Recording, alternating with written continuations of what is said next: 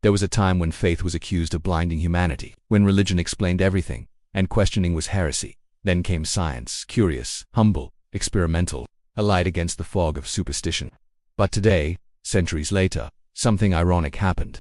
Some of those who claim to defend science have begun to treat it as a new religion, and this is what I call radical scientism. Scientism is not science.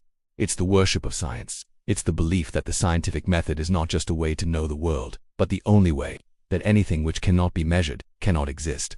It's an ideology disguised as rationality, the conviction that truth must always come in numbers, formulas, or double-blind trials. But, let me ask you, is love measurable? Is beauty falsifiable? Can you prove mathematically that life has meaning? Science can describe the chemistry of love, but not the poetry of it. It can map neurons that fire when you pray, but not the silence that answers you back. The rise of scientism wasn't born from bad intentions, it was born from victory. When Newton described gravity, when Pasteur found germs, when Einstein bent spacetime, the world saw results so powerful that many started to believe science can explain everything, and to some extent, it can explain a lot. But here's the danger. Every time humans discover a tool that works, we mistake the tool for truth itself. And so, the scientific method, which was supposed to be a method, became a metaphysics. From a psychological point of view, the human brain needs certainty, it craves control over chaos, and when religion lost that monopoly, science inherited it. What we see today is cognitive comfort in lab coats, a search not for knowledge, but for authority. So when a study comes out, it's not just data, it's scripture. When a scientist speaks, it's not opinion, it's revelation. And anyone who dares to question a consensus is labeled a heretic once again. Different priests.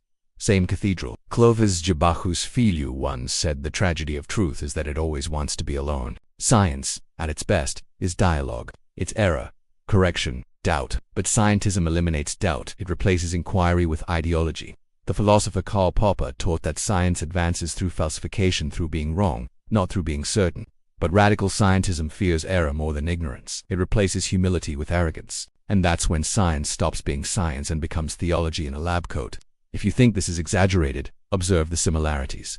Religions have saints, scientism has celebrities in white coats. Religions have sacred texts, scientism has peer-reviewed scripture. Religions have rituals, scientism has citation metrics and grant approvals. And both have excommunication, the cancellation of anyone who asks the wrong question. But truth is not democratic. And consensus is not the same as fact. Even Einstein once stood alone.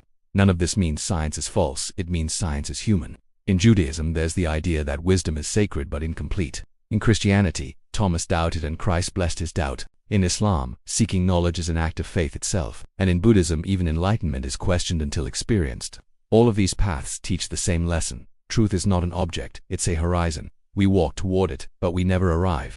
And that's what science was meant to be, a path, not a throne. Radical scientism forgets the most important part of science, the human being behind it. The same mind that builds a vaccine can build a bomb. The same intelligence that decodes DNA can manipulate it. Knowledge without humility becomes power without conscience. So, the ethical call is not to reject science but to rescue its soul, to remember that science is a tool, not a temple, a way to serve humanity, not dominate it. As the Talmud says, wisdom without kindness is not wisdom. The opposite of ignorance is not science. It's humility. Because humility allows us to keep learning, to admit that we don't know, to see the divine in mystery and the human in reason. So no, science is not a religion. And those who treat it as one, betray both faith and reason. May we learn to question again, not to destroy belief, but to honor truth, the thinker where reason meets reverence.